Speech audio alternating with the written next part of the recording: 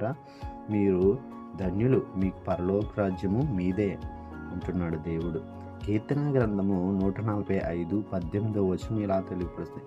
తనకు మొర్రపెట్టు వారికందరికీ, తనకి నిజముగా మొర్రపెట్టు వారందరికీ యెహోవా సమీపముగా ఉన్నానంటున్నాడు. తన ప్రేమను చూపుతూ మనకు కలిగి ప్రతి శ్రమయందు కూడా ఆయన సమీపముగా ఉంటున్నాడు. ఎందుకంటే మీరు ఈ లోకంలోని మార్చుటకు మీరు శ్రమపడుచున్నారు కాబట్టి మీకు దగ్గరగా నేనుంటాను. శ్రమ కలిగినను, మీరు హింసింపబడినను, మీ మీద అనేక నేరములు మోపబడినను మీరు నా నిమిత్తము పొందుతున్నారు. కాబట్టి మనం చేయవలసిన పని ఏంటంటే ఆయనకి నిజముగా మొర్రపెట్టాలి. దేవుని సన్నిధికి వెళ్ళే ప్రతి ఒక్కరూ కూడా దేవునికి మొర్రపెట్టువారు కాదు, కానీ దేవునిని నిజముగా కన్నీరు విడిచుచు మొర్రపెట్టే వారికి దేవుడు సమీపముగా ఉంటానని ఈ మాటలు తెలియపరుస్తాయి.